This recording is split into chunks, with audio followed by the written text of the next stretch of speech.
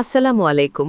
দেশের সরকারি চাকরিজীবীদের জন্য বহু প্রতীক্ষিত পে স্কেল নিয়ে আবারও নতুন করে আলোচনা শুরু হয়েছে। বর্তমানে দেশে প্রায় ২২ লাখ সরকারি কর্মকর্তা কর্মচারীর জন্য আসছে বিশাল সুখবর। আজকের এই ভিডিওতে আমরা বিশ্লেষণ করব সরকার আসলে কী সংকেত দিচ্ছে, কেন পে স্কেল আটকে আছে, বাস্তবতা কী এবং সামনে কি হতে পারে। ভিডিওটি শেষ পর্যন্ত অবশ্যই দেখবেন, কারণ শেষে আমি এমন কিছু গুরুত্বপূর্ণ ও গোপন তথ্য শেয়ার করব যা আপনি আগে কখনো কল্পনাও করেননি। চলুন শুরু করি। বাংলাদেশের সর্বশেষ পে স্কেল কার্যকর হয়েছিল ২০১৫ সালে। এরপর দীর্ঘ প্রায় ১ দশক পেরিয়ে গেলেও নতুন কোনো পে স্কেল বাস্তবায়ন হয়নি। এই দীর্ঘ সময়ের মধ্যে দেশের অর্থনীতি, দ্রব্যমূল্য, জীবনযাত্রার খরচ সবকিছুই বদলে গেছে, কিন্তু সরকারি কর্মচারীদের বেতন কাঠামো সেই আগের জায়গাতেই রয়ে গেছে। বর্তমানে দেশে প্রায় ২২ লাখ সরকারি কর্মকর্তা কর্মচারী রয়েছেন। এদের বড় একটি অংশ উচ্চ মূল্যস্ফীতির কারণে চরম আর্থিক চাপে আছেন। বাজারে নিত্য প্রয়োজনীয় জিনিসের দাম যেভাবে বেড়েছে, তাতে বর্তমান বেতন দিয়ে সংসার চালানো অনেকের জন্য কঠিন হয়ে পড়েছে। এখন প্রশ্ন হল, সরকার কেন নতুন পে স্কেল দিতে পারছে না?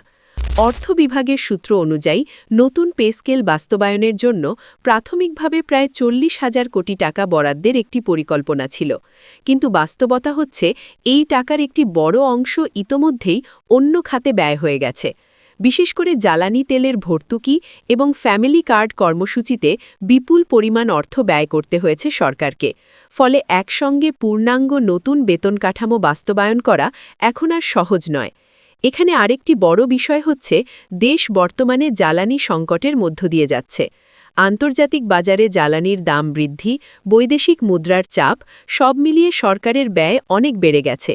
তার সঙ্গে যোগ হয়েছে ক্রমবর্ধমান রাজস্ব ঘাটতি, অর্থাৎ সরকার যত আয় করছে তার চেয়ে ব্যয় বেশি হচ্ছে। এই পরিস্থিতিতে নতুন পে স্কেল চালু করা সরকারের জন্য একটি বড় আর্থিক চ্যালেঞ্জ হয়ে দাঁড়িয়েছে। ২০২৪ সালে একটি বেতন কমিশন গঠন করা হয়েছিল। এই কমিশন চলতি বছরের ২১ জানুয়ারি তাদের সুপারিশ জমা দিয়েছিল। এতে নতুন পে স্কেল বাস্তবায়নের রূপরেখা দেওয়া হয়েছিল, কিন্তু এরপর সরকার পরিবর্তনের কারণে এই প্রক্রিয়ায় দৃশ্যমান কোনো অগ্রগতি হয়নি। ফলে পুরো বিষয়টি এখন কিছুটা স্থবির হয়ে আছে। তবে সংশ্লিষ্ট কর্মকর্তারা বলছেন, সম্পূর্ণভাবে বিষয়টি বন্ধ হয়ে যায়নি, বরং ২০২৬-২৭ অর্থবছরে নবম পে স্কেল ধাপে ধাপে বাস্তবায়নের একটি পরিকল্পনা নিয়ে চিন্তাভাবনা চলছে। এখানে গুরুত্বপূর্ণ শব্দটি হল ধাপে ধাপে, অর্থাৎ একবারে সব বাস্তবায়ন না করে ধীরে ধীরে কিছু অংশ করে বাস্তবায়ন করা হতে পারে। যেমন প্রথমে নিম্ন স্তরের কর্মচারীদের বেতন বাড়ানো, পরে ধাপে ধাপে অন্য স্তরে সম্প্রসারণ। এখন প্রশ্ন আসে, পে স্কেল আসলে এত গুরুত্বপূর্ণ কেন? প্রথমত, এটি শুধু বেতন বাড়ানোর বিষয় নয়, এটি একটি দেশের প্রশাসনিক স্থিতিশীলতার সঙ্গে সরাসরি জড়িত।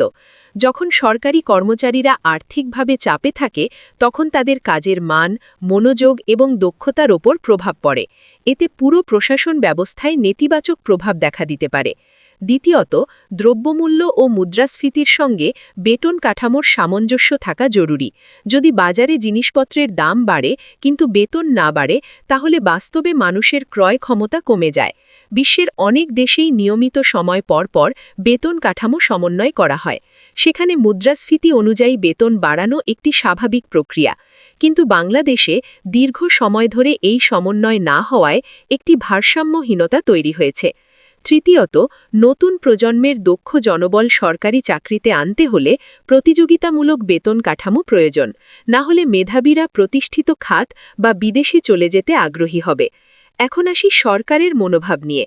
বর্তমান পরিস্থিতি দেখে অনেকেই মনে করছেন সরকার হয়তো পে স্কেল দিতে আগ্রহী নয়, কিন্তু বিষয়টি পুরোপুরি এমন নয়। সরকারি পর্যায়ের বিভিন্ন বক্তব্য বিশ্লেষণ করলে দেখা যায়, সরকার পে স্কেলের প্রয়োজনীয়তা অস্বীকার করছে না, বরং তারা এটি বাস্তবায়নের পথ খুঁজছে, কিন্তু আর্থিক সীমাবদ্ধতার কারণে সময় নিচ্ছে। সরকারের প্রধান অগ্রাধিকার এখন দারিদ্র্য বিমোচন, কর্মসংস্থান সৃষ্টি এবং মূল্যস্ফীতি নিয়ন্ত্রণ। এই খাতগুলোতে বড় পরিমাণ অর্থ ব্যয় করতে হচ্ছে। ফলে পে স্কেলের জন্য আলাদা করে বড় বরাদ্দ রাখা কঠিন হয়ে পড়ছে। এখন প্রশ্ন হল, বাংলাদেশের পে স্কেলের পথে সবচেয়ে বড় বাধাগুলো কি? প্রথমত, অর্থের সংকট। দ্বিতীয়ত জ্বালানি খাতে ভর্তুকির চাপ, তৃতীয়ত রাজস্ব আদায়ের সীমাবদ্ধতা, চতুর্থত রাজনৈতিক ও প্রশাসনিক পরিবর্তনের প্রভাব। এই সবগুলো বিষয় একসঙ্গে মিলে পে স্কেল বাস্তবায়নকে জটিল করে তুলেছে। এখন আসি সামনে কি হতে পারে। আগামী বাজেটকে ঘিরে সরকারি চাকরিজীবীদের মধ্যে ব্যাপক প্রত্যাশা তৈরি হয়েছে। অনেকেই আশা করছেন অন্তত একটি স্পষ্ট রোডম্যাপ দেওয়া হবে।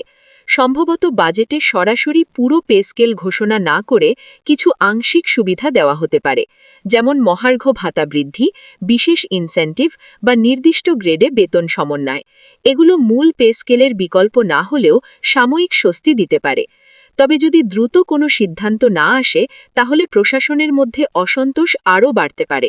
ইতোমধ্যেই অনেক চাকরিজীবীর মধ্যে ক্ষোভ তৈরি হয়েছে। এটি দীর্ঘমেয়াদে প্রশাসনিক অস্থিরতার দিকে নিয়ে যেতে পারে, যা দেশের সামগ্রিক উন্নয়নের জন্য ভালো নয়। এখন আমি আপনাদের সাথে শেয়ার করব কিছু গুরুত্বপূর্ণ এবং অনেকটাই অপ্রকাশিত বিশ্লেষণ।